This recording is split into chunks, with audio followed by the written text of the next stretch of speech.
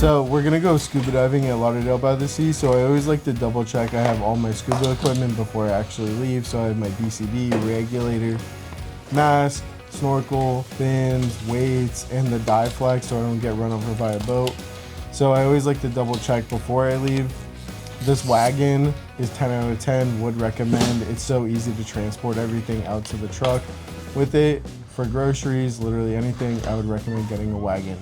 So I just throw basically everything in the bed of the truck. I have my tank, dive flag, towel, all my scuba stuff, weights, and I always have a coconut water in my GoPro. I get really dehydrated.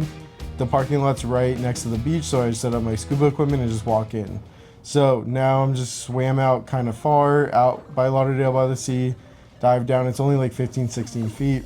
The first thing I saw was a yellow-spotted stingray. These actually have bioluminescence. They eat small crabs, fish.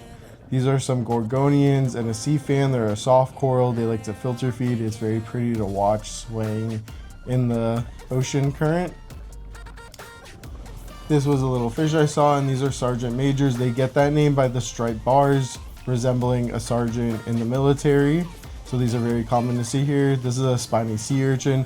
These I would not recommend touching. They're very spiky and they do hurt if you get touched by one or if they stab you. So would not recommend touching. This is a juvenile French angelfish. They have this really pretty black and yellow stripe pattern. As they mature and grow up, they will change color completely and they turn black and gray. These are another fish that you're gonna see very often here in South Florida.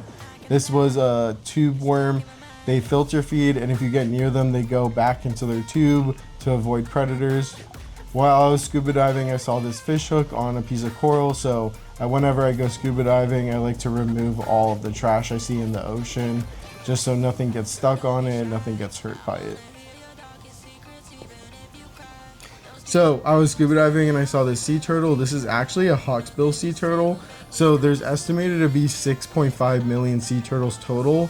The hawksbill is being one of the most endangered species with fewer than 57,000 species, or 50,000 sea turtles of the hawksbill left on Earth. So they're one of the smaller sea turtle species.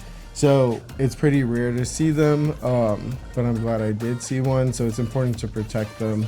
They do like to nest on the beach here in Florida. So they like to put little kind of wraps around the sea turtle nest so people don't step on them. But this is one of the most endangered sea turtle species here in South Florida. Then I was scuba diving and I saw this huge school of striped grunt. These are really, really common. If you actually want to go spearfishing for them, they're an unrestricted species. So I wouldn't recommend shooting, like little baby fish, but they do get pretty large and they do taste really good. It's a nice plain white fish. But you can take as many, you can take like I think up to 100 pounds of those. So they're very, very common here. If you go fishing, you're gonna see those a lot. So there's this really big school of juvenile ones, but there are larger adults all around this reef here. Then I saw a little porcupine fish. These are nocturnal, so a lot of the time you're gonna see them sleeping at the bottom. And then these are glassy sweepers. They're actually nocturnal. They eat zooplankton. The zooplankton like to hide in the crevices of the coral during the day. And then at night, the zooplankton will emerge from the coral and those eat them. Then I saw some more schooling fish. This is literally my favorite thing to see. I love being surrounded by all of the big schools of fish. This is a smooth trunk fish. They're related to cowfish. They have a very hard skin. It's very tough and they have a very cool, pretty polka dot pattern. So you see these a lot also here in South Florida. Then I was kind of getting low on air. I stayed down for about an hour. My max depth was 16 feet, so it's a very short dive, but that's it.